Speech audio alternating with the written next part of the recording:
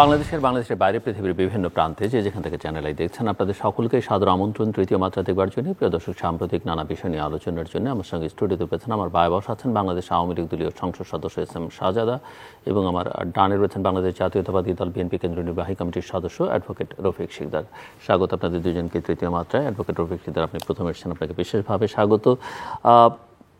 আবহাওয়ার উত্তাপ একটু আনইউজুয়াল বাংলাদেশে এই মুহূর্তে, এবং আমরা সবাই সাধারণ মানুষ থেকে শুরু করে গোটা দেশবাসী সাফার করছেন।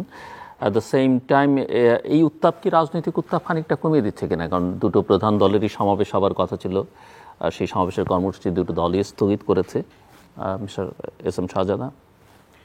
জি, আপনাকে অসংখ্য ধন্যবাদ, এবং তৃতীয় মাত্রার যারা দর্শক শ্রোতা সারা দেশে এবং দেশের বাইরে ছড়িয়ে আছেন সবাইকে মুজিবীয় শুভেচ্ছা। বক্তব্যের শুরুতে সর্বকালের সর্বশ্রেষ্ঠ বাঙালি জাতির পিতা এবং তার পরিবার সকলের প্রতি শ্রদ্ধা, মুক্তিযুদ্ধের শহীদদের প্রতি শ্রদ্ধা।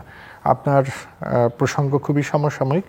উত্তাপ সারা দেশের উপরে তাপপ্রবাহ চলে যাচ্ছে, এবং এটার জন্য আপনারা জানেন যে সকল স্কুল প্রতিষ্ঠান যেগুলো আছে, শিক্ষা প্রতিষ্ঠান সবগুলো 27 তারিখ পর্যন্ত বন্ধ রাখা হয়েছে। এবং মানুষের যেহেতু হিট স্ট্রোকে আমরা এই পর্যন্ত দেখলাম যে প্রায় 7 জন মৃত্যুবরণ করেছেন।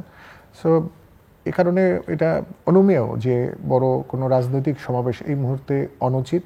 মানুষের জীবনের কথা চিন্তা করে এটা অনুচিত। তো আমাদের দল যেহেতু গণমুখী দল, মানুষের কল্যাণে কাজ করে, তো তারা এই মুহূর্তে কোনো রাজনৈতিক কোনো কর্মসূচি নেই। তবে যেহেতু নির্বাচন কমিশন এখন পর্যন্ত তৃতীয় ধাপের তফসিল ঘোষণা করেছে, তো কাজেই সারা দেশের ভিতরে সেই নির্বাচনী আমেজটাই উপজেলা নির্বাচনটাই এখন হচ্ছে। আমার যেমন নির্বাচনী এলাকায় দ্বিতীয় ধাপের তফসিলের ভিতরে অন্তর্ভুক্ত, এবং আমাদের জেলার অন্যান্য জায়গায় প্রথম ধাপেরও আছে। তো কাজেই আমার বিভাগ এবং দেশ জুড়ে এই মুহূর্তে দ্বাদশ জাতীয় সংসদ নির্বাচন উত্তর যে উপজেলা নির্বাচন, সেটা একটা সেখানে কিন্তু কিছু তাপমাত্রা আছে, এবং আমেজটা সবাই এনজয় করছেন। এবং কিছুদিন আগে যেহেতু আমাদের বড় ধর্মীয় উৎসব ঈদ গেল, নববর্ষ গেল, তো নির্বাচনের পরপরই আবার বড় দুইটি উৎসব মুসলমান এবং একটা বাঙালি জাতির সব মিলিয়ে, তো সব মিলিয়ে এই মুহূর্তে একটা আনন্দ ঘন একটা আমেজের মধ্যে আছে ঘরে বসে। আপনি যেটা বলছিলেন যে নির্বাচনকে কেন্দ্র করে এক ধরনের উত্তাপ আছে, এবং সেটা খুবই স্বাভাবিক, কিন্তু বিরোধীরা এই নির্বাচনকে বর্জন করছে। সেক্ষেত্রে সেই উত্তাপকে আসলে বা কাঙ্ক্ষিত একটা ভালো পরিবেশ মনে হচ্ছে কিনা নির্বাচনকে কেন্দ্র করে, বা একটা গ্রহণযোগ্য ভালো নির্বাচনকে বলা যাবে কিনা, এটি একটি দিক। দ্বিতীয় দিকটি হচ্ছে যে এক ধরনের উত্তাপ বজায় রাখবার জন্য বা এক ধরনের প্রতিযোগিতামূলক পরিবেশ তৈরি করবার জন্য 7ই জানুয়ারি নির্বাচনে আপনারা নিজেরা নৌকা প্রতীক নিয়ে নির্বাচন করেছেন, আবার দলের অনেক প্রার্থী স্বতন্ত্র প্রতিদ্বন্দ্বিতা করেছে, যেটা আপনাদের গঠনতন্ত্রের বাইরে গিয়ে দলীয় প্রধান এই সিদ্ধান্ত দিয়েছেন। এবং একই সঙ্গে এখন এই স্থানীয় সরকারের নির্বাচনও, যেটা আপনারা ইন্ট্রোডিউস করেছিলেন এর আগে, যে রাজনৈতিক দলগুলো তাদের স্ব প্রতীকে নির্বাচন করবে, সেখান থেকে বিধানটা আছে, কিন্তু আওয়ামী লীগ সরে এসছে যে আওয়ামী লীগ এবার কোনো নৌকা নিয়ে প্রতিদ্বন্দ্বিতা করবেন না। কিন্তু অনেক গণমাধ্যম সূত্রে যেটি দেখা যাচ্ছে যে 7ই জানুয়ারির নির্বাচন আপনাদের যে নিজেদের মধ্যকার যেই প্রতিদ্বন্দ্বিতা বা প্রতিযোগিতা, সেটা আসলে দলের ভিতরে অন্তর্বিরোধ অনেকখানি বাড়িয়ে তুলেছে, এবং সেটা উপজেলা নির্বাচনে, যেহেতু এটা স্থানীয় পর্যায়ের নির্বাচন, আরও ঘনীভূত হবে কিনা সেই আশঙ্কা অনেকের মধ্যে আছে। আপনি কি দেখেন? আপনি অনেকগুলো বিষয় এখানে তুলে ধরেছেন, সবগুলো বলার জন্য তো আসলে লম্বা সময় দরকার। আমি জানি অতটা পাবো না, কিন্তু সংক্ষিপ্তভাবে যা বলা দরকার। এখন যে প্রথমে বললেন যে আপনারা অনেকগুলো বিরোধী দল নির্বাচন বর্জন করেছেন। এখন অন্যান্য বিরোধী দল যারা নির্বাচন বর্জন করেছেন, তারা দীর্ঘদিন ধরে গণতন্ত্রের পথে হাঁটে নাই। তাদের গণতান্ত্রিকভাবে তাদের মানে যে জন্ম, সেটাও তাদের বিতর্কিত জন্ম, গণতান্ত্রিকভাবে তারা আসে নাই। বাংলাদেশ আওয়ামী লীগ, তারা কিন্তু ক্ষমতায় থেকে দল তৈরি হয় নাই, দলটা তৈরি হয়েছিল বাংলা মানুষের অধিকারের জন্য। আর অন্য দল যারা, তারা কিন্তু ক্ষমতায় থেকে তারপরে নিজের ক্ষমতাকে এস্টাবলিশড করার জন্য তারা পরে দল তৈরি করেছে। সো ওখানে ওই যে স্টার্টিং যেটা, সেই পথেই তারা হাঁটবে। গণতন্ত্রের প্রতি শ্রদ্ধা থাকলে নির্বাচন বর্জন করার কোনো রাস্তা নেই, কারণ সরকার বা ক্ষমতার পরিবর্তন নির্বাচনের বাইরে যাওয়ার কোনো সুযোগ নেই। অন্য কোনোভাবে তো এসে তাদের দাবি দেওয়া পূরণ করিয়ে দিয়ে তাদেরকে কেউ ক্ষমতায় বসাবে না। তো কাজেই রেসপেক্ট থাকতে হবে ভোটারদের প্রতি, সেটা নাই, এই প্র্যাকটিস নাই, এই জন্য আসে নাই। এখন আসেনি নাই, তারা আবার এটাকে এর আগের বার তারা প্রতিহত করার চেষ্টা করেছে, দীর্ঘদিন ধরে তারা আন্দোলন সংগ্রাম অবরোধ দিয়েছে। এইবারে তারা প্রতিহত করার কথা বলেছেন, প্রত্যেক দিনই তারা বলতেছেন এই যে সরকার পড়ে যাবে, সরকার নাই, নানান রকমের প্রোপাগান্ডা করে নির্বাচন ৭ই জানুয়ারি তারা নস্যাৎ করার চেষ্টা করেছিল। দেশি বিদেশি অনেক ষড়যন্ত্র ছিল, কিন্তু তারপরেও পুরো দেশব্যাপী 42+% আপনার ভোটার এখানে দিয়েছে। আমার স্থানীয়ভাবে আমার ওখানেও সে তার থেকে বেশি অতিক্রম করেছে এবং খুব হাড্ডাহাড্ডি নির্বাচন হয়েছে। এখন মূল বিষয়টা হলো যে জনগণ ভোট দিতে চায়। এখন ঠিক আছে যে আমাকে তো সবাই পছন্দ করছে না, আমি মানে আমার দল সবাই হয়তো পছন্দ করবে না, আবার সবাই করবেই বা কেন? মানুষের তো মত প্রকাশের একটা সুযোগ থাকে, তো সেই মত প্রকাশ করতে গিয়ে মানুষ বর্জন করেছেন, ইট ইজ ওকে। কিন্তু তারপরেও আমরা যে নির্বাচন করার জন্য যে স্বতন্ত্র ওখানে প্রার্থীগুলো দেওয়া হয়েছে, এর মাধ্যমে তো ভোটাররা আসলে কেন্দ্রে গিয়েছেন এবং প্রতিযোগিতামূলক নির্বাচন হয়েছে। এবং এবারই প্রথম সংসদে সবচেয়ে বেশি সংখ্যক আপনার স্বতন্ত্র প্রার্থী এখানে নির্বাচিত হয়ে এসেছেন। এর ভিতরে তো আমাদের সাংবিধানিক কোনো ব্যত্যয় ঘটে নাই, বরং গণতন্ত্রটাকে আপনার কন্টিনিউ করা হয়েছে। এরপরে ওই যে ওইখানে নির্বাচন করতে গিয়ে দলের ভিতরে কিছু বিভেদ তৈরি হয়েছে। এখন দলও তো অনেক বড় হয়ে গেছে, সেই দল একটা বড় দলে কিন্তু এই নির্বাচন ছাড়াও টুকটাক কিছু বিভেদ থাকে, নেতৃত্ব নিয়ে বিভেদ থাকে, অনেক কিছু নিয়ে থাকতে পারে। কিন্তু সেটার পরে নির্বাচনে যখন মানুষ দুইটা সেপারেট হয়ে যাওয়ার পরে কিন্তু আমাদের কেন্দ্রীয়ভাবে আমাদের মাননীয় প্রধানমন্ত্রীর নির্দেশনা এবং অন্যান্য যারা আমাদের বিভাগীয় যে সমস্ত নেতা আছেন তাদের প্রচেষ্টায় কিন্তু আমরা সেটা কমিয়ে নিয়ে এসেছি। এখন উপজেলা নির্বাচনে বেশিরভাগ জায়গায় এটা ওপেন করে দেওয়া হয়েছে। আপনি বলেছেন যে আমাদের আইন করে কিন্তু আমরা ওখান থেকে মার্কা তুলে নেই নাই, মার্কাটা দেওয়া হয় নাই, শুধুমাত্র দেয়া থেকে বিরত। এবং এটা কিন্তু শুধুমাত্র এবারে নির্বাচনে যে তা না, এর আগেও কিন্তু অনেকগুলো জেলায় টেস্ট কেস হিসেবে এটা ঘটেছে যে সেই সমস্ত জেলায় কিন্তু মার্কা দেওয়া হয় নাই। এবং এই যে মার্কা দেয়া না দেওয়ার ভিতরে আমাদের দলের ভিতরেই অনেক রকমের ডিমান্ড ছিল। যেমন গেল সংসদেও আমরা অনেক সংসদ সদস্যরা রাষ্ট্রপতির কাছে দ্বারস্থ হয়েছিলেন যে মাননীয় প্রধানমন্ত্রীকে বলার জন্য যে আমরাও মার্কাটা চাই না, মার্কা নিয়ে অনেকে অনেক রকমের বিভ্রান্ত তৈরি করে, স্থানীয় পর্যায়ে এটা ওপেন করে দেওয়া হচ্ছে। মাননীয় প্রধানমন্ত্রী এবার সেটা করেছেন। এবারে যে করেছেন সেটা এই রকমের না যে অন্য সবাই নির্বাচন বর্জন করেছে বলে, কারণ নির্বাচন বর্জন তো কয়েকদিন আগে মাত্র ঘোষণা আসলো, কিন্তু মার্কা দিবে না এটা অনেক আগে থেকে নেত্রী ঘোষণা দিয়েছেন যে মানুষ কোয়ালিটি নিয়ে এখানে কোয়ালিটি পিপুলগুলো বের হয়ে আসুক, আমরা চাপিয়ে না দেই। তো মাননীয় প্রধানমন্ত্রী এই মুহূর্তে দেশকে পরিচালনা করার জন্য সে সমস্ত দেশে সমস্ত জায়গায় তৃণমূল পর্যায় পর্যন্ত উনি পপুলার লোককে এবং কোয়ালিটি পিপলকে উনি নিয়ে আসতে চাচ্ছেন। কারণ এখন দেশ আগে যে অবস্থায় ছিল সেখান থেকে মাননীয় প্রধানমন্ত্রী যেই অবস্থা এখন নিয়ে এসছেন, এই অবস্থাকে এটাকে রান করানোর জন্য সমস্ত জায়গায় স্থানীয় সরকার স্পেশালি আপনার এমনকি মেম্বার পর্যন্ত জায়গায় কোয়ালিটি পিপল দরকার, আগের মতো করে আর চলে না এখন। এবং আমার ওখানে দেখা গেছে যে মেম্বার নির্বাচন করার জন্য এবার মাস্টার ডিগ্রি হোল্ডার যারা, তারাও অনেকে গেলবারে মেম্বার নির্বাচন করেছেন। এবার উপজেলায় ভাইস চেয়ারম্যান এবং চেয়ারম্যানের জায়গায় অনেক শিক্ষিত লোকজন চলে এসেছেন। এই জিনিসটা কিন্তু আগে এতটা মার্কা যখন ছিল তখন কিন্তু এত লোক আসে নাই। মানে যারা দীর্ঘদিন ধরে রাজনীতি করেছেন, কেন্দ্রে যাদের পরিচয় আছে, পোর্টফোলিও যায়, সিভি যায়, তারপরে মার্কা পাওয়া যায়, এটা প্রচলিত ব্যাপার ছিল। প্রধানমন্ত্রী যখন এটা ওপেন করে দিয়েছেন তখন অনেক লোক এখানে এখন নির্বাচনের জন্য গিয়েছে এবং আমার ধারণা সেখানে জনগণ এটা ঠিক করবে যে কে তাদের প্রতিনিধিত্ব করবে স্থানীয় পর্যায়ে এবং ভালো একটা ইলেকশন হবে এবং ভালো লোক এখানে বেরিয়ে আসবে। আমি আসবো আবার আপনার কাছে। অ্যাডভোকেট রফিক সিকদার, রাজনীতির উত্তাপ এবং আবহাওয়াজনিত যে উত্তাপ, তাপমাত্রা, তাপপ্রবাহ, সেটা আমরা আলোচনা করছিলাম। একই সঙ্গে নির্বাচন, উপজেলা নির্বাচন, এই নির্বাচনে বিএনপি অংশ নিচ্ছে না, কিন্তু অনেকেই প্রশ্ন যে বিএনপিকে একটার পর একটা ট্রেন মিস করতে থাকবে কিনা এবং মিস করে আসলে তার গন্তব্যটা কি ঠিক করলো এবং সেই গন্তব্যে পৌঁছবার কৌশল বা লক্ষণ কি, সেটাও অনেকেই বুঝতে চান আপনাদের কাছ থেকে। ধন্যবাদ সঞ্চালক, আপনাকে ধন্যবাদ তৃতীয় মাত্র যারা দেখছেন এবং সহ আলোচক সহ আমি সবাইকে শুভেচ্ছা জানাচ্ছি। দেশ উত্তপ্ত, পরিবেশ উত্তপ্ত পরিবেশই আজকে এই চ্যানেলের তৃতীয় মাত্রা আমি আসলাম এবং 2003 সাল থেকেই আমি তৃতীয় মাত্রা আমি দেখি। তখন এতগুলো টেলিভিশন ছিল না, খুবই কম ছিল। এবং তৃতীয় মাত্রা তখন যখন মানুষ আওয়ামী লীগ বিশেষ করে পার্লামেন্ট বয়কট করতো, পার্লামেন্টে যেত না, তখন এই তৃতীয় মাত্রায় বিএনপি, আওয়ামী লীগের এবং অন্যান্য রাজনৈতিক নেতৃবৃন্দকে ডেকে আপনি আনতেন। সেখানে মানুষ বেশি করে দেখতো, আলোচনাগুলো পার্লামেন্টে না দেখলেও সেখানে শুনতো, দেখতো। সেই ধারাবাহিকতায় আজকে 2024 সালের আজকে 24শে এপ্রিল আমি আপনাকে ধন্যবাদ জানাই চ্যানেল আই তৃতীয় মাত্রাকে আমাকে আমন্ত্রণ করবার জন্য। দেশ একটি বড় সংকট এবং দুঃসহ সময় অতিক্রম করছে। রাজনৈতিক সংকট, অর্থনৈতিক সংকট, সামাজিক এবং সকল অঙ্গনে একটা অস্থিরতা এবং একটা অনাস্থা, একটা অবিশ্বাস, এরকম একটি পরিস্থিতি তৈরি হচ্ছে। কখনো কখনো অসহায়ত্ব, নিরুপায়, এরকম একটা পরিবেশ আবহাওয়া এই দেশে চলছে। গণতন্ত্রহীন একটি দেশে এরকমই হওয়ার কথা।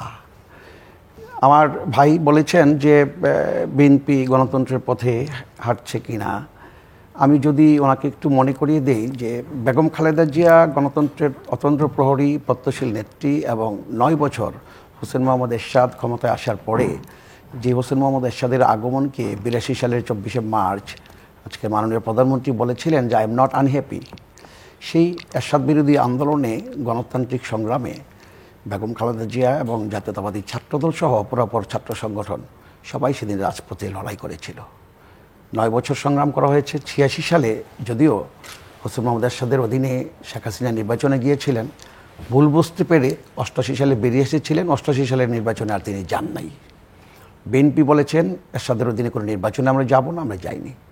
ভালো করে জানেন 90 এরশাদ পতনের পরে 91 সালের 27শে ফেব্রুয়ারি যে নির্বাচনটি হলো, সেই নির্বাচনে এদেশের জনগণ বেগম খালেদা জিয়াকে প্রথম মহিলা প্রধানমন্ত্রী হিসেবে উপহার দিয়েছেন ভোটের মাধ্যমে, সুষ্ঠু অবাধ নির্বাচনের মাধ্যমে। এবং সেদিন তিনি বাংলাদেশের 5টি প্রান্ত থেকে নির্বাচন করেছিলেন, 5টিতে বেগম খালেদা জিয়া জয়লাভ করেছিলেন। প্রকারান্তরে শেখ হাসিনা 3টি আসনে নির্বাচন করেছিলেন, ঢাকাতে 2টিতে, একটা গোপালগঞ্জে। ঢাকা 2টিতে তিনি হেরেছিলেন। হার জিত থাকবে রাজনীতি, তারপরেও সেদিনের রাজনীতি, সেদিনের ইলেকশনটা কিন্তু মানুষের কাছে গ্রহণযোগ্য ছিল। পার্লামেন্টের মেম্বারদের লেজিটিমেসি ছিল। 91 সাল, 96 সাল এবং 2001 সাল 3টি ইলেকশনকে যদি আপনি স্ট্যান্ডার্ড ইলেকশন ধরেন, তাহলে জাতির এই ক্রান্তি লগ্নেও এই ইলেকশনগুলো মানুষ এখন পর্যন্ত অ্যাড্রেস করে, উদাহরণ টানে। কিন্তু পরবর্তীতে আমরা কি দেখলাম? পরবর্তীতে 96 সালে যদিও আওয়ামী লীগ ইলেকশনে না আসার পরেও 15 ফেব্রুয়ারিতে একটি নির্বাচন হয়ে গিয়েছিল। তারপরে কিন্তু বেগম খালেদা জিয়ার যুগান্তকারী পদক্ষেপে তত্ত্বাবধায়ক সরকারের বিল এনে রাতারাতি সে বিলটি গণতন্ত্রের প্রতি শ্রদ্ধাশীল হয়ে নির্বাচনের ব্যবস্থা করে। সেই তত্ত্বাবধায়ক সরকার অধীনে কিন্তু 12 জনের নির্বাচনে আওয়ামী লীগ প্রথম 21 বছর পরে ক্ষমতায় আসে। এর আগে কিন্তু তাদের ভুলের কারণে, একদলীয় শাসন ব্যবস্থার কারণে 21 বছর রাস্তা হেঁটেছিল। জনগণ জানে, দ্যাট ইজ ট্রু। সেখানে 12 জনই তারা নির্বাচনে এসে তারা ছাত্র নির্যাতন, তারপরে শিশু নির্যাতন, নারী নির্যাতন, ভোট কেলেঙ্কারি, ব্যাংক কেলেঙ্কারি, নানান সমস্যায় জর্জরিত হয়েছে। 2001 সালে জনগণ আবার বিএনপিকে ভোট দেয়। সব ইতিহাস আপনি জানেন। তার পরবর্তীতে ওয়ান লিভেন আনলো। বর্তমানের দিকে থাকি, মানে ইতিহাস বর্তমানে যদি তো শেষ নেই। জি, শেষ নেই। এখন আমার কথাটা হলো যে আওয়ামী লীগ আজকে এই যে তত্ত্বাবধায়ক সরকারের যে ব্যবস্থাটা আছে সেটাকে তারা তছনছ করে দিয়ে আজকে গণতন্ত্রকে আজকে ক্র্যাকডাউন করে 28 অক্টোবর যে সর্বশেষ আমাদের যে আমরা যে গণতান্ত্রিক কর্মসূচিগুলো দিয়ে যাচ্ছিলাম গত 2-3 বছর যাবৎ, যদি আপনি দেখে থাকেন যে আমাদের কখনো পদযাত্রা, কখনো আমাদের কালো পতাকা মিছিল, কালো বেল ধারণ, সবগুলো একটি গণতান্ত্রিক বিশ্বে যে আন্দোলনগুলি হয় শান্তিপূর্ণ, সেরকম কর্মসূচি আমাদের ছিল। আওয়ামী লীগের নেতৃবৃন্দ, ওবায়দুল কাদের সাহেব সহ অনেক নেতৃবৃন্দ কখনো কখনো পরিহাসও করতেন। তা তো আমাদের যায় আসে না, মানুষ আমাদেরকে গ্রহণ করেছিল আমাদের সেই কর্মসূচিগুলো। আমরা জেলায়, উপজেলায়, ইউনিয়নে, আবার বিভাগে, কখনো শহরে, নগরে, এইভাবে আমরা প্রোগ্রাম ধারাবাহিক করেছিলাম। আমাদের সেই সকল কোনো প্রোগ্রামগুলোতে কি আপনি দেখেছেন যে কোথাও কোনো পুলিশের উপরে হামলা, নির্বাচন কমিশনের উপরে হামলা, কিংবা কোনো সচিবের বাড়িতে হামলা, বা কোনো মন্ত্রীর গাড়ি হামলা, বা কোনো এমপির বাড়িতে হামলা, কিংবা কোনো বিচারপতির বাড়িতে বা হামলা, বা বিচারকের বাড়িতে হামলা, এরকম কখনো কোনো সমাবেশ আপনারা দেখেছেন যে সমাবেশ থেকে এরকম ঘটনা ঘটেছে? কিংবা সমাবেশ থেকে আওয়ামী লীগও যে একই দিনে যে আওয়ামী লীগ যে কর্মসূচি দেয়, যেমনি এই যে 26শে এপ্রিল আমাদের যে কর্মসূচিটি হওয়ার কথা ছিল বেগম খালেদা জিয়া মুক্তি সহ সকল রাজবন্দীদের মুক্তির দাবিতে এবং সমসাময়িক ইস্যুগুলো নিয়ে আমাদের যে সমাবেশটি হবার কথা ছিল, এই গরম দাবদাহের কারণেই তো আমাদের সমাবেশটি স্থগিত করে আমাদের দল। আওয়ামী লীগও দেখলাম ঠিক 2 ঘন্টা পরেই তাদের যে সমাবেশটি ডেকেছিল একই দিনে তারা আবার স্থগিত করেছে। তারা বলেছে তারা নাকি পারমিশন পায় নাই। যেটাই হোক, কিন্তু আমার বক্তব্য হলো একই দিনে যে আওয়ামী লীগ বিগত দিনগুলো সমাবেশ করেছে, কোনো সমাবেশে কি আমাদের বিএনপি থেকে আওয়ামী লীগের সমাবেশে করে ডিল মারা হয়েছে? আমরা তো নিপীড়িত, আমরা নির্যাতিত, আমরা লাঞ্ছিত, আমরা বঞ্চিত, আমরাই তো আন্দোলন করব। কিন্তু আমরা কি কখনো কি অশান্তি বা কোনো অশান্ত পরিবেশ সৃষ্টি করেছি? এনার্কি সৃষ্টি করেছি? আমরা করি নাই। কিন্তু 28 অক্টোবর শান্তিপূর্ণ সমাবেশটিতে এনার্কি তৈরি করলো কারা? কারাই সমাবেশটিতে ক্র্যাকডাউন করলো? দেশবাসী জানে, আপনিও জানেন, আমরা সবাই জানি। এবং তারা শুধু করে বসে থাকে নাই, তারা বিএনপি অফিস কার্যালয়ে তালা দিয়ে দেয় একদম নির্বাচন পর্যন্ত। তারা আবার বলে আমরা নির্বাচনে কেন আসি না।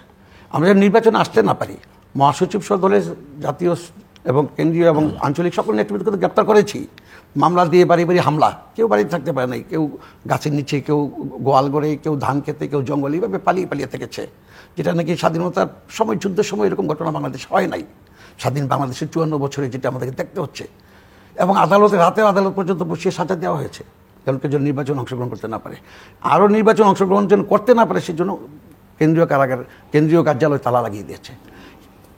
এই পরিস্থিতিতেও কিন্তু বিএনপি কিন্তু আপন মহিমায়, স্বমহিমায় সোপার্জিত স্বাধীনতা ইতিহাসকে ধারণ করে টিকে আছে রাজপথে এবং সকল অঙ্গনে, মানুষের ভালোবাসায়, বিশ্বাসের শ্রদ্ধায়। কারণ বিএনপি মানুষের দল, সাধারণ জনগণের দল। শহীদ রাষ্ট্রপতি জিয়াউর রহমান বহুদলীয় গণতন্ত্র প্রবর্তন করেছেন এবং সেই একটি দল তিনি তৈরি করে দিয়ে গেছেন, যেই দল জনগণের সাথে বিশ্বাসঘাত করে না, যে দল পররাষ্ট্রনীতিতে নতজানু রাজনীতি বিশ্বাস করে না। আজকে আওয়ামী লীগ পররাষ্ট্রনীতিতে নতজানু হয়ে গেছে। আমি দেখলাম গত পরশুদিন আমার সেই ব্রাহ্মণবাড়িয়ার কসবা সীমান্তে আমার যুবক গুলি করে হত্যা করা হয়েছে বিএসএফ গুলিতে। আওয়ামী লীগ নিশ্চুপ, তার নিলিপ্ত, তার কথা বলে না। যে মাননীয় পার্লামেন্টের মেম্বার আছেন, ওনার পার্লামেন্টে কথা বলেন না। পার্লামেন্টের মেম্বাররা আইনসভা করবে, পার্লামেন্টে কথা বলবে দেশের জন্য, দেশের স্বাধীনতার জন্য, সার্বভৌমত্বের জন্য, সেখানে নিশ্চুপ। সেখানে শুধু তোয়াজ হয়, সেখানে একজনকে শুধু বিশাল বলে যে আওয়ামী লীগ নেত্রী, বিশাল বড় নেত্রী। হ্যাঁ, অবশ্যই তিনি বড় নেত্রী, তিনি বঙ্গবন্ধু কন্যা, দ্যাট ইজ ট্রু। কিন্তু তিনি কত বিশাল! তিনি স্থানীয় সরকারকে ধ্বংস করে দিলেন দলীয় প্রতীক দিয়ে। এবং স্থানীয় সরকার, বিশেষজ্ঞ তোফায়েল আহমেদ সহ আমরা একাধিক আমরা টকশোতে কথাগুলি এসেছে। তোফায়েল আহমেদ স্থানীয় সরকার বিশেষজ্ঞ, কোনো দলের লোক নয়, তিনিও বলেছেন। আরও অনেক সুশীল সমাজের লোকেরা বলেছেন যে একসময় তো সুশীল সমাজের লোকেরা স্থানীয় সরকার নির্বাচন করতে যেত, ইউনিয়ন পরিষদের মেম্বার হতো, চেয়ারম্যান হতো, উপজেলার চেয়ারম্যান পরিষদ পরে আসছে, সেটা তো যেত। সেই পদ রুদ্ধ করে দিল দলীয় প্রতীক দিয়ে। নৌকাকে মানুষ দেখলে ভয় পায়, সেই প্রতীক দিয়ে দিল। তখন বলেছে আওয়ামী লীগের কিছু কিছু নেতারা বিশাল নেত্রী, ভালো একটি কাজ করেছে। আবার যখন নাকি দ্বাদশ সংসদ নির্বাচনে, বিএনপি নির্বাচনে গেল না, এই পরিস্থিতিতে লাঙ্গল ইগল দিয়ে যখন নাকি মারামারি, তখন তিনি যখন বলেন যে আর একটা ডামি নির্বাচন হোক, আওয়ামী লীগের প্রার্থী নেতারাও ইলেকশন করতে পারবে। দলীয় যে ওনাদের 48-এর কোথাও লেখা আছে যে দলীয় পদ বাতিল হয়ে যাবে যদি সিদ্ধান্ত বাতিল করে একাধিক প্রার্থী দাঁড়ায় সিদ্ধান্ত, সেখানে সেটাকেও করে শিথিল করে ওনার এক নেতার বক্তব্য অনুযায়ী তার নির্বাচনে চলে গেল। মারামারি শুরু হলো ইগল, শুরু হলো ট্রাক, শুরু হলো নৌকা। ট্রাক আর ইগল যখন নাকি নৌকার উপরে থাবা দিল, ক্ষতবিক্ষত হলো নৌকা, তখন আওয়ামী লীগ সেখান থেকে বেরিয়েছে। এখন উপজেলা নির্বাচনে এসে আবার দলীয় প্রতীক তুলে দিয়ে নিয়ে আসলো, বললো যে না, দলীয় প্রতীকে নির্বাচন। সেটা তো ধরেন যে এখন আবার বলতে সেটা বিশালিটি। আওয়ামী লীগের দুর্বলতা আপনার চোখে যেটা, সেটা আপনি তুলে ধরছেন এবং আপনি বলছিলেন যে আওয়ামী লীগ 21 বছর হেঁটে হেঁটে চলেছে, এরকমই বলছিলেন আপনি। তো বিএনপিকে এখন সেইভাবেই হেঁটে হেঁটেই চলবে না? 21 বছর আওয়ামী লীগকে আমরা কিন্তু সেভাবে নির্যাতিত করি নাই। বিএনপির উপরে আওয়ামী লীগ যেভাবে নিপীড়ন নির্যাতন করছে বা আপনি যেভাবে মামলা দিচ্ছে, সংসদে যেভাবে বলছেন যে সংসদের মধ্যে বসে পার্লামেন্ট মেম্বাররা যেগুলো করে, বিএনপি যখন ক্ষমতা ছিল সংসদে বিএনপির সদস্যরা কি তার বাইরে গিয়ে কিছু করেছিল?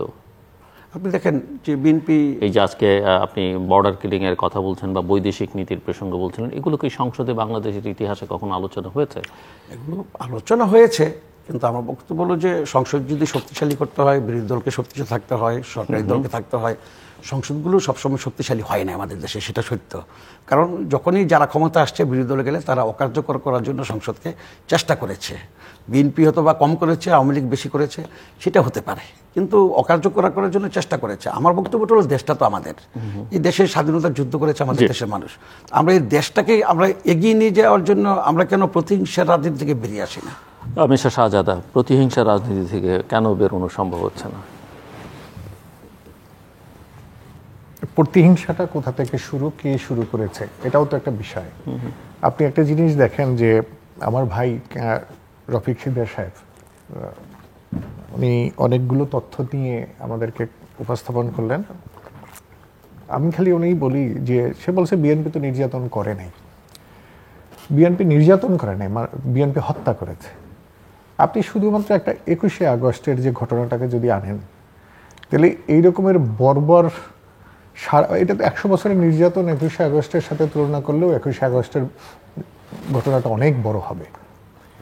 এটা কারা ঘটিয়েছেন? এটার মাস্টার মাইন্ড কারা? কোথায় অস্ত্র খালাস হয়েছে? কারা এটার সাথে জড়িত? এখন বের হয়ে আসছে না।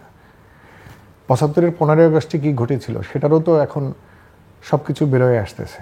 এখন কথা হলো যে বিএনপি নির্যাতন করে নাই, এটা তারা বলতেছে। তারা সমস্ত মানুষকে গ্রেনেড মেরে বা সমস্ত নেতাকে, আমাদের বিরোধী দলীয় নেত্রী তৎকালীন প্রধানমন্ত্রীকে, তাকে সহ আওয়ামী লীগকে নিঃশেষ করে দেওয়ার পরিকল্পনা করেছে। তারা নির্যাতন করেন নাই, এটা তো দেশের জনগণ জানেন।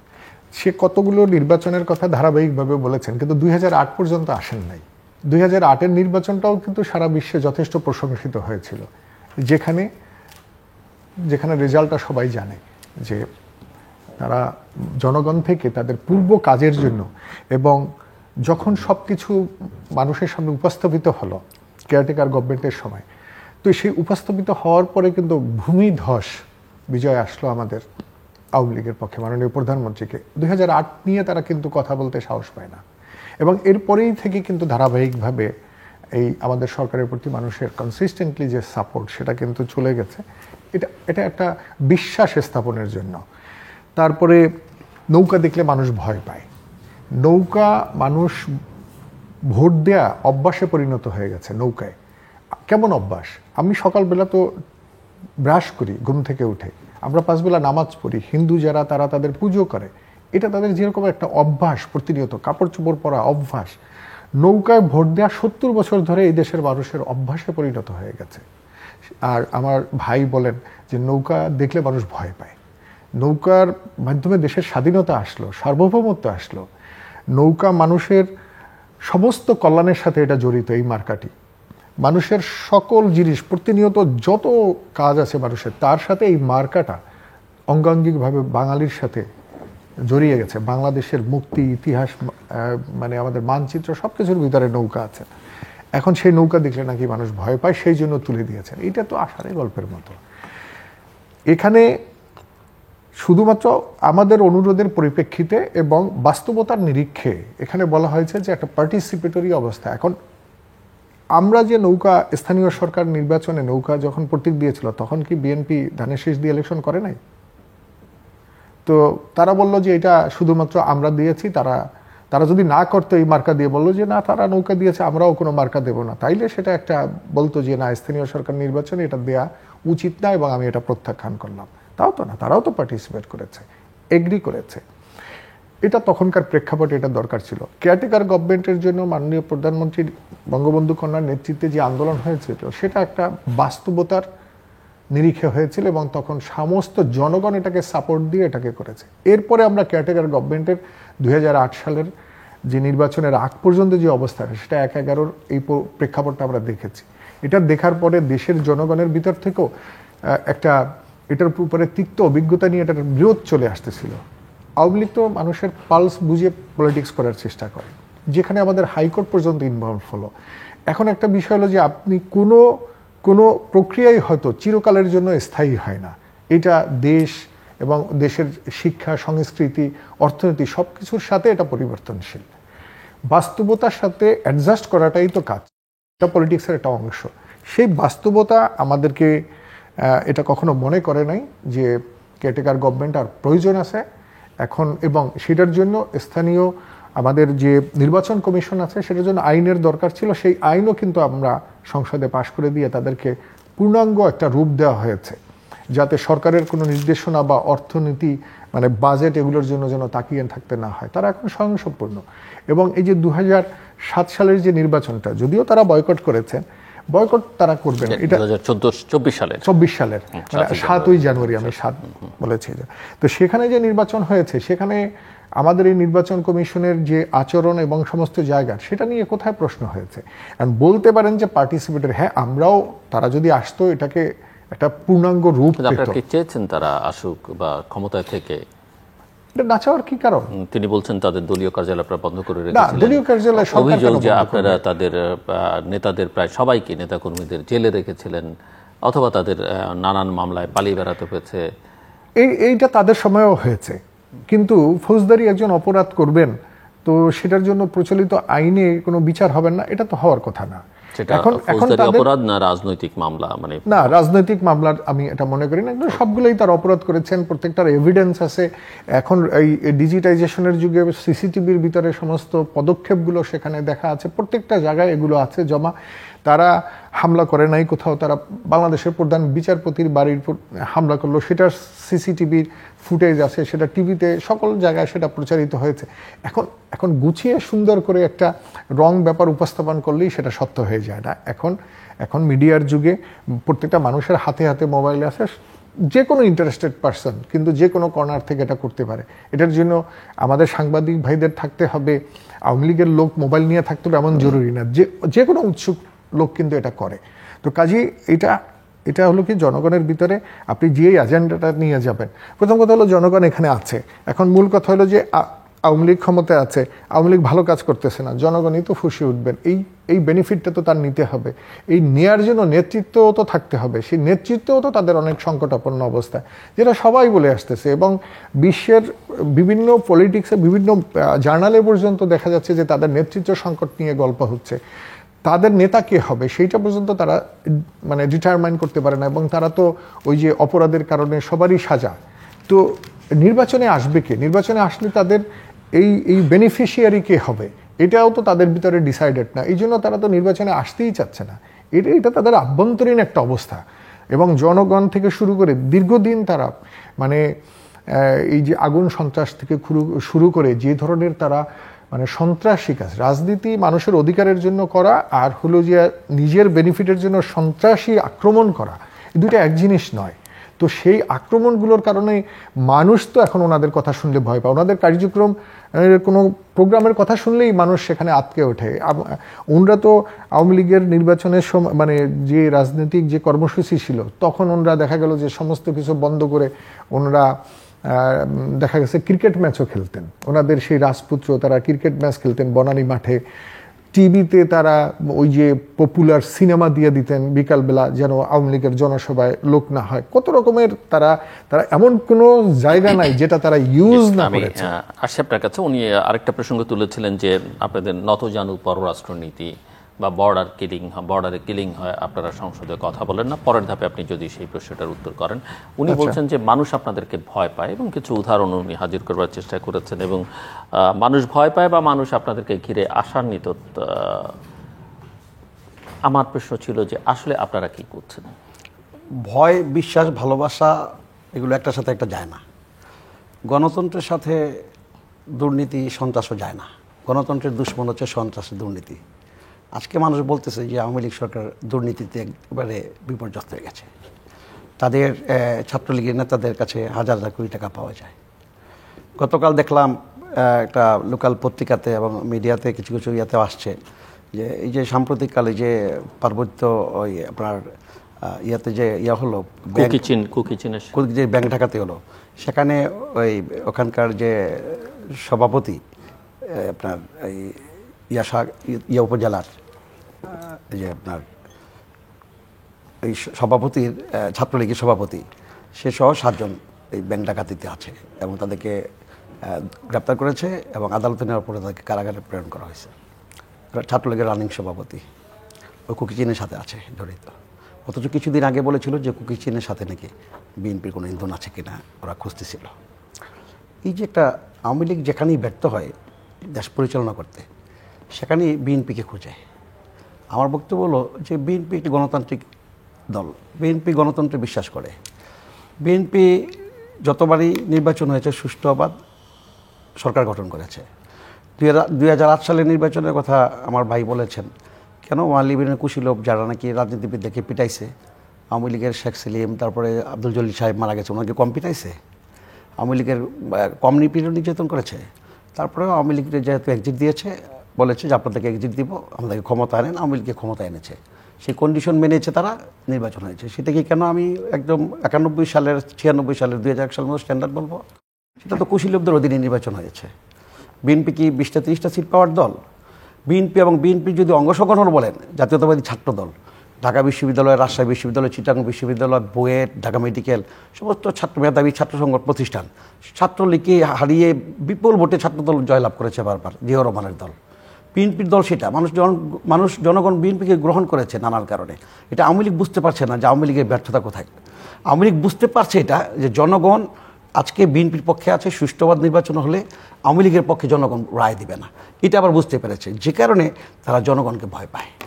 কারণ আওয়ামী লীগ বলতেছে যে বিএনপিকে জনগণ ভয় পায়, বিএনপিকে জনগণ ভালোবাসে, শ্রদ্ধা করে, বিশ্বাস করে, ভয়ের কিছু নাই। কিন্তু আওয়ামী লীগ জনগণকে ভয় পায়, এবং আওয়ামী লীগ যারা ফেসিস্ট, যারা আপনার অটোক্রেটিক, তারা সবসময় সাধারণ জনগণকে, মানুষকে ভয় পায়, সভা সমাবেশকে ভয় পায়।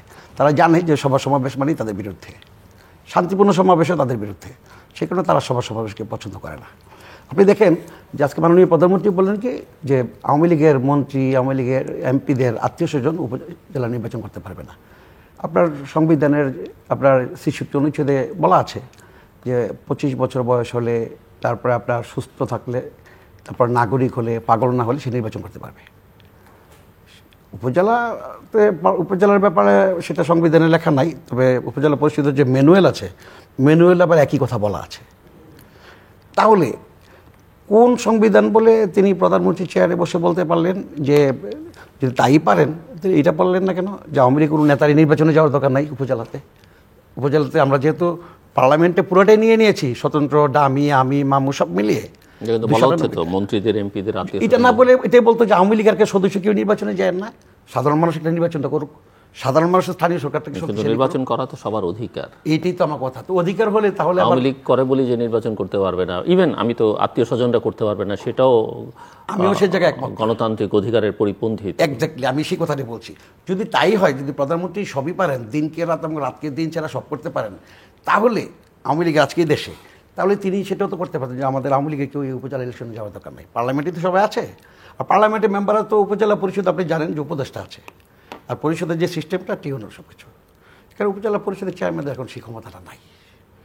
আর স্থানীয় সরকারের যে সেবা দিবে, সেই সেবা করার ক্ষমতা কিন্তু আগের মতো নাই, এটা পার্লামেন্টের মেম্বারদের কাছে চলে গেছে। আর পার্লামেন্টের মেম্বারদের যে কাজ, পার্লামেন্টের মেম্বার সেই কাজ করে না, আইন প্রণয়ন নিয়ে করে চিন্তা করে না। 10 বছর পরে কী হবে, 20 বছর পরে বাংলাদেশ কোথায় যাবে, 30 বছর পরে আমাদের শিশুদের বাসযোগ্য করে বিএনপি কি অল্টারনেটিভ হাজির করছে জনগণের সামনে, বা কি করছে, বা জনগণকে কিভাবে সম্পৃক্ত করছে? আপনি জানেন বারবার আমরা কিন্তু 27 দফা এবং 30 দফা আমরা যে রাষ্ট্র মেরামতের জন্য আমরা বিএনপি আমরা এটা তুলে ধরেছি, পত্রপত্রিকাতে, মিডিয়াতে, সব জায়গায় আসছে, এবং এটাকে জনগণের কাছে পৌঁছানোর জন্য আমরা জেলায়, বিভাগে, বিভিন্ন জায়গায় সেমিনার করে শিক্ষক, বুদ্ধিজীবী সবাইকে নিয়ে আমরা কিন্তু সেভাবে কাজ করে গেছি, এবং আমরা কাজ করছিও, এগুলো কিন্তু আমাদের চলছে। আজকে এই যে উপজেলা ইলেকশনে যে আমরা প্রায় বলে যে আমরা কেন উপজেলাতে যাই না, আপনি জানেন যে আমাদের এর আগে যে স্থানীয় সিটি কর্পোরেশন নির্বাচনগুলোতে গাজীপুরে মান্নান সাহেব গিয়েছিলেন, সারোয়ার সাহেব ছিলেন, খুলনার মঞ্জু সাহেব ছিলেন, রাজশাহীর বুলবুল সাহেব ছিলেন, সবগুলো সিটি কর্পোরেশন কিন্তু বিএনপি জিতেছিল। বিএনপি জিতে কিন্তু তারা কিন্তু জিতার বা স্বাদ পায় নাই, তাদেরকে কারাগারে যেতে হয়েছে। মান্নান সাহেবকে কারাগারে মরতে হয়েছে, আর বাকি যারা আছে সবাইকে রেগুলারলি কারাগারে আসতে যেতে হয়েছে। আর যদি আপনার বলে অন্যান্য সিটি কর্পোরেশন এবং মেয়র, তাদেরকে বাদ দিয়ে এক পরিপত্র দিয়ে তাদেরকে বাদ দিয়ে প্যানেল মেয়র থেকে তারা আওয়ামী লীগের যাকে বানিয়ে তারা সেভাবে চালিয়েছে। এরকম একটি পরিস্থিতিতে বিএনপি কোন কারণে আবার নির্বাচনে যাবে? এখন আমরা সে কারণে বলেছি যে আমরা আওয়ামী লীগের অধীনে কোনো নির্বাচনে আর যাবো না, সেটা জাতীয় সংসদ নির্বাচন হোক, স্থানীয় সরকার নির্বাচন হোক, আমরা যাই নাই। তার মধ্যে যদি কেউ যদি যায়, দায়িত্ব নিয়ে যদি যায় 2 জন 4 জন, তার ব্যাপার, আমরা তাদেরকে সতর্ক করছি, বুঝবে। যদি পাশও করে চালাইতে পারবে না, চালাইতে দেবে না, তখন বুঝবে। আমরা আমাদের দায়িত্ব যেটা দল থেকে আমরা তাদেরকে আমাদের দলের নেতাকে সতর্ক বাড়ি দিয়েছি। কিন্তু আওয়ামী লীগের নেত্রী প্রধানমন্ত্রী আপনি ভেঙেছি, মাননীয় প্রধানমন্ত্রী যে বললেন, ওনার কথা তো আওয়ামী লীগ শুনছে না। কাকের মাংস খায় না, কিন্তু আজকে দেখছি আওয়ামী লীগের মাংস খাচ্ছে ভাই। It is true. নির্বাচন দেখলাম, 16 জন প্রাণ গেল গত নির্বাচনে, বিএনপি যায় নাই, তারপরেও হাজার নেতা কর্মী আহত হয়েছে, মামলাও হয়েছে। যদি আওয়ামী লীগের মামলার কারণে পুলিশ তার কাউকে গ্রেপ্তার করে নাই। আর পুলিশ তো বাংলাদেশি যে সমসাময়িক যে মামলাগুলো, রাজনৈতিক মামলা, আপনি যে বললেন যে ফৌজদারি মামলা, কিসের ফৌজদারি মামলা? পুলিশ বাদী, পুলিশই সাক্ষী, এখানে কেউ না। গাড়ি পুরাইছে, সেখানে কোনো গাড়ি পড়ে নাই 30 বছর, গাড়ির কোনো নাম্বার নাই, কারোর কোনো কাগজ নাই, কোনো গাড়ির মালিক নাই, কিচ্ছু নাই, মামলা আছে, ওইটাতে সাজাও আছে, সাজাও খাটতেছে। এই হচ্ছে বাংলাদেশের এখন আদালত। আওয়ামী লীগ আদালতকে সেভাবে স্বাধীনভাবে কাজ করতে দিচ্ছে না। আদালত তো স্বাধীনভাবে কাজ করতে চায়, মাননীয় আদালত সবসময় স্বাধীন চেতা হিসেবে কাজ করতে চায়, কিন্তু সেটা পারছে না আওয়ামী লীগের মতো একটা ফেসিস্ট সরকার থাকার কারণে। আমরা বারবার আওয়ামী লীগকে বলেছি যে আমরা সহযোগিতা করতে চাই, কিন্তু আওয়ামী লীগ কখনো সহযোগিতা নিয়ে দেশ পরিচালনা করে দেশকে এগিয়ে নিয়ে যাবে সেই দল আওয়ামী লীগ নয়। আওয়ামী লীগ যতবারই দেশ ক্ষমতায় আসছে তার সবসময় সকল দলকে শেষ করে দিয়ে এইরকম পরিস্থিতিতে বিএনপি কি করবে? মানে আপনাদের নেতা কর্মী বা সমর্থক যারা টেলিভিশনের পর্দার সামনে আছেন তারাও শুনতে চায়, সাধারণ মানুষ শুনতে চায় যে আপনারা কি করবেন। একদিকে আপনাদের বিরুদ্ধে এই যে সন্ত্রাসী সংগঠন বা জ্বালাওপরের অভিযোগ, অন্যদিকে আপনারা একটার পর একটা নির্বাচনের বাইরে থাকছেন, কিন্তু কিছুই না পারছেন নির্বাচনকে আটকাতে, না পারছেন নির্বাচনের পরে একটা মুভমেন্ট করে তুলতে। সো এই জায়গায় বিএনপি কি করবে? না, আমরা তো আমাদের যে গণতান্ত্রিক কর্মসূচি আমরা দিয়ে যাচ্ছি, এবং আমরা কর্মসূচির মাধ্যমে আমরা আমাদের যে দাবি, গণতন্ত্রের সংগ্রামে আপনি দেখুন যে কখনো গণতন্ত্রের সংগ্রাম ব্যাহত হয় না, সাময়িকভাবে ব্যাহত হতে পারে, কিন্তু গণতন্ত্রের সংগ্রাম ব্যর্থ হয় না। ব্যাহত হয়েছে, আমরা কখনো কখনো আমরা হেঁটেছি, আমরা আবার থেমেছি, আমরা হোঁচট খেয়েছি, আবার দাঁড়িয়েছি। এই যে সাম্প্রতিককালে যে আওয়ামী লীগ যে নির্বাচনটা করলো, নির্বাচনের পরে আমরা কিন্তু ঘুরে দাঁড়িয়ে গেছি। যদি আওয়ামী লীগ মনে করেছে বিএনপি বোধহয় শেষ হয়ে গেছে, আমরা ঘুরে দাঁড়িয়ে গেছি। কিভাবে ঘুরে দাঁড়ালেন? আমরা আপনি দেখেন যে রমজান মাসটা গেল, মিনিমাম কোনো কর্মসূচি আমি আপনাকে দেখাই, যায়নি। আমি আপনাকে একটু বিনয়ের সাথে একটু দেখাই, রমজান মাসটা যে গেল, এটা তো আমাদের একটা ধর্মীয় মাস। আওয়ামী লীগ নেত্রী কিন্তু বুঝতে পেরেছিলেন, মাননীয় প্রধানমন্ত্রী বলেছেন কোনো ইফতার টিফতার কোনো কিছু হবে না, ধর্মীয় অনুভূতি আঘাত হয়ে এনেছে।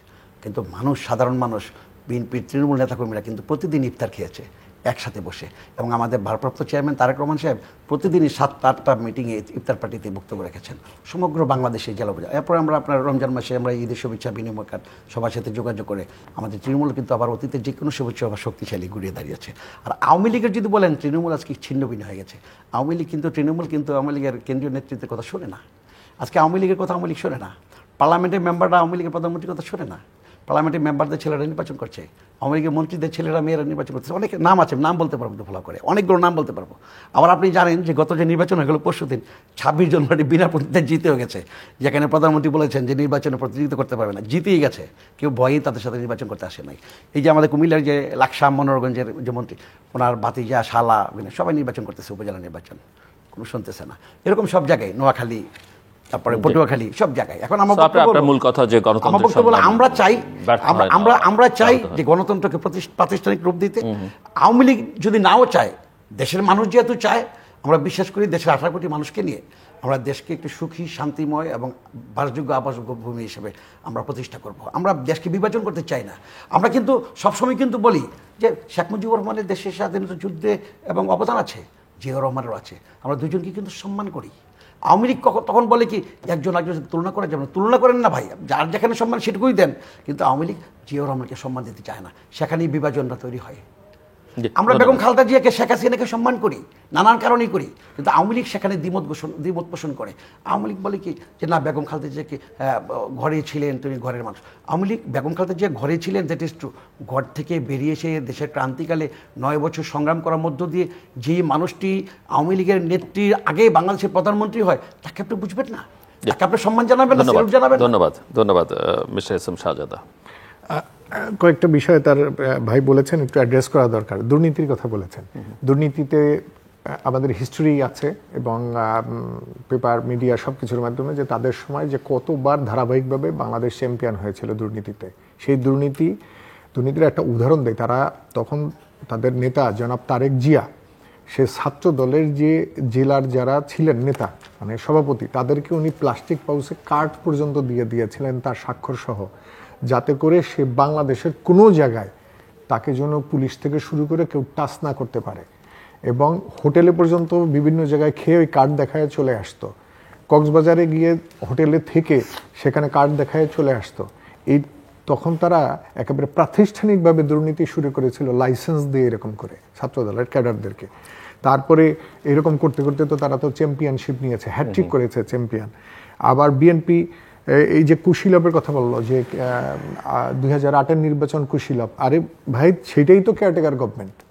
এই যে ওইটার উপরে আপনাদের অশ্রদ্ধা বলেই তো জনগণের পালস আমরাও বুঝতে পেরেছি, এই জন্যই কেয়ারটেকার গভর্নমেন্ট আমরা আর চাই নাই। বলছেন যে মন্ত্রী এমপিদের সন্তানদের ইলেকশন করতে নেতৃত্ব বারণ করা, আপনিও বলছেন যে এটা পরিপন্থী, আবার সেও বলছে যে এই নিষেধ সে কেন করেছে। এই নিষেধ করার ভিতরে দিয়ে মাননীয় প্রধানমন্ত্রী তার একটা মহানুভবতা এখানে তৈরি করে এসছে, যাতে করে ইলেকশনটা ফেয়ার হয়। এখন আমি আমি সংসদ আমি যে কারণে বলেছি যে এটা তো প্রত্যেকের Rights রাইটস, আছে, এবং rights আছে। এটা যদি খুব স্মার্টলি করা যেত, এটা প্রকাশ্যে না বলে, এটা হলো একটা দিক। দ্বিতীয় দিক, আমি যেটা মনে করি যে মন্ত্রী এমপিরা যদি ইলেকশনে ইন্টারফেয়ার না করে, তারা যদি নিয়ম অনুযায়ী দূরে থাকে, এবং দ্যাটস এনাফ, এবং সেখানে যদি প্রশাসনও নিরপেক্ষ ভূমিকা পালন করে, ইলেকশন কমিশন, সেটাই এনাফ। আমি আপনার কথা ঠিক আছে, কিন্তু এই যে পরিপন্থী যেটা বললেন, প্রথম কথা হলো যে উনি আমাদের গার্ডিয়ান। আওয়ামী লীগ একটা পরিবার।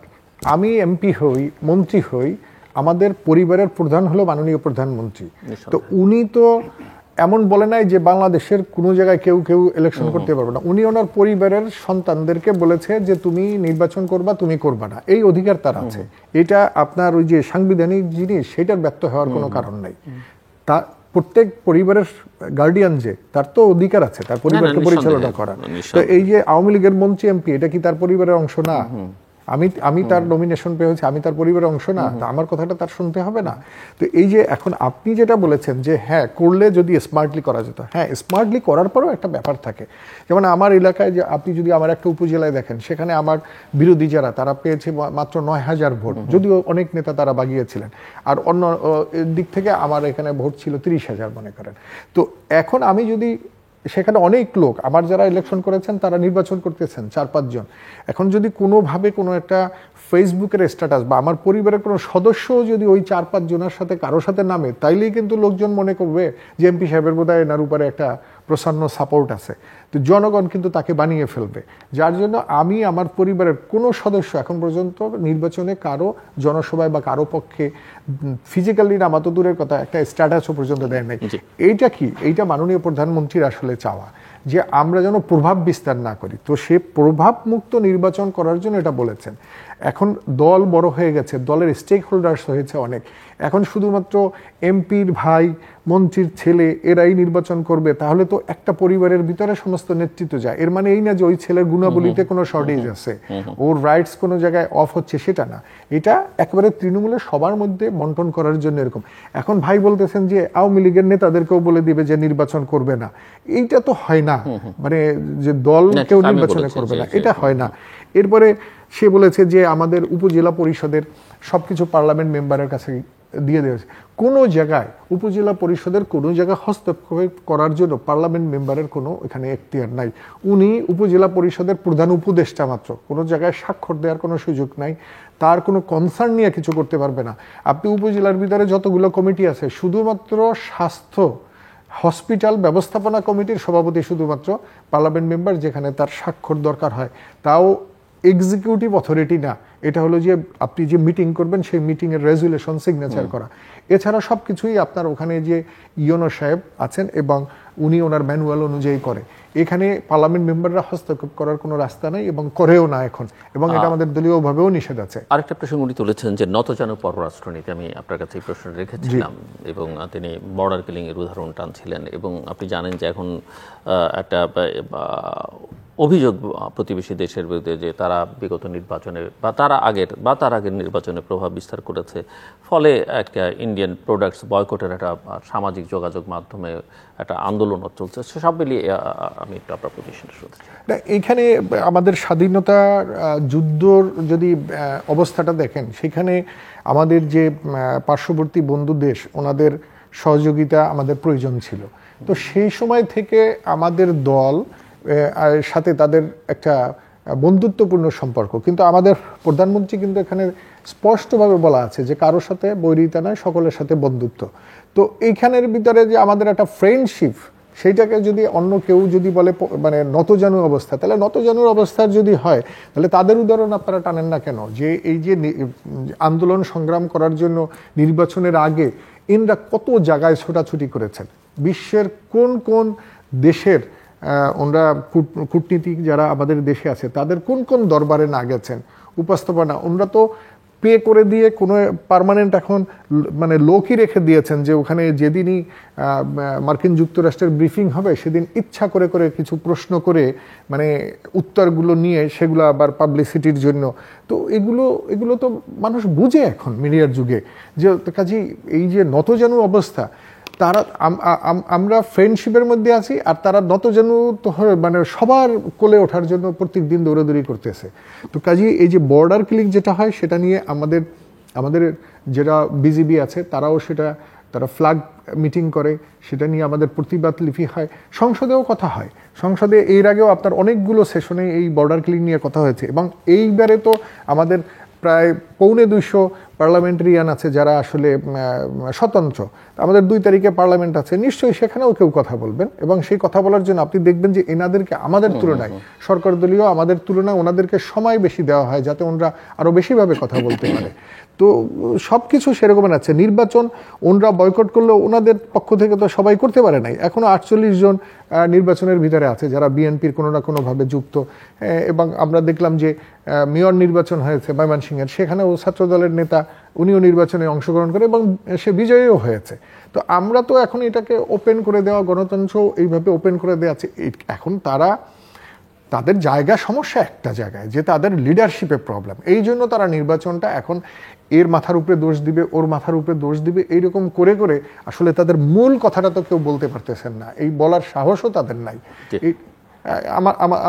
আমি এটার ব্যাপারে একেবারে ফাইনাল রাউন্ড, আপনার কনক্লুডিং রিমার্কস, পুরো আলোচনাটাকে আপনি আপনার মতো করে শেষ করে আনবেন। বিএনপি তো হাল ধরাই আছে।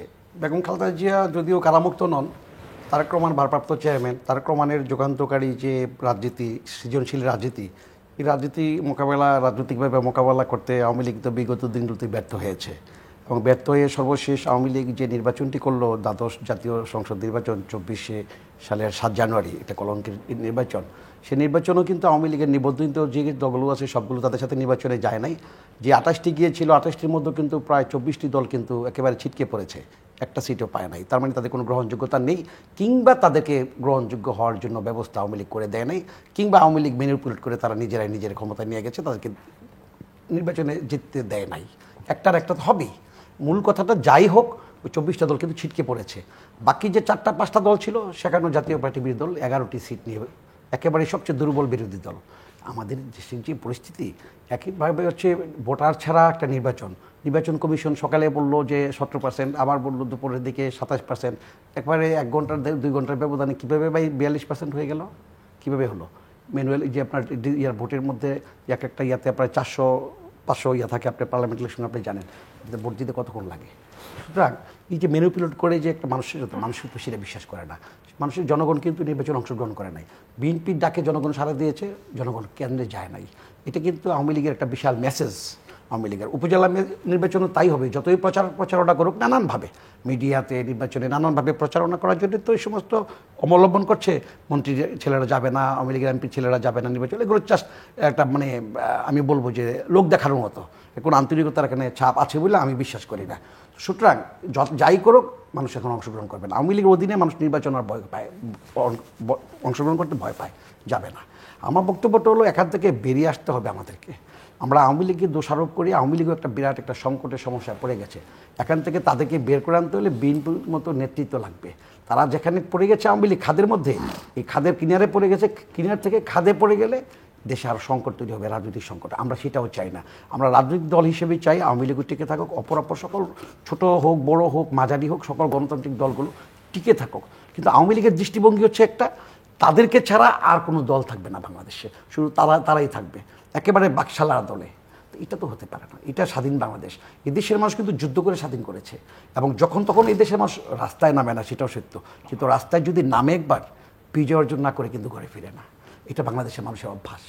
আজকে এই যে গরমের কথা, তপ্ত দেখার কথা বলছি, শীতকালে তো ভাই শীতার্ত বস্ত্র দেন মানুষকে, জনগণের পাশে দাঁড়ান। আপনারা তো পার্লামেন্টের মেম্বার, আপনারা সরকারে আছেন, এই যে গরম দাবদাহ, আপনারা কি একটা ছাতি দিয়েছেন জনগণকে? আপনারা কি ঠান্ডা পানি দিয়েছেন? আপনারা কি ফ্যানের ব্যবস্থা করেছেন সাধারণ জনগণের জন্য? আমি তো দেখি নাই। কিংবা উদ্যোগ নিয়েছে?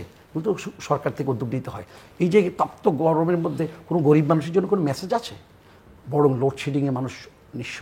গ্রামের মধ্যে এত লোডশেডিং হয়, বিদ্যুতের দাম কিন্তু বারবার বাড়তে 15 বার বেড়েছে, 145% বিদ্যুতের দাম বেড়েছে, আবার নাকি আরও বাড়বে। গ্যাসের দাম বেড়েছে, দ্রব্যমূল্যের ঊর্ধ্বগতি তো আছেই। রমজান মাসে এগুলো নিয়ে আলোচনা হয়েছে, আলোচনা করছে, এখন মানুষের কথা বলে না, কিন্তু দাম কিন্তু কমে নাই, দাম কিন্তু সেটাই আছে যা ছিল।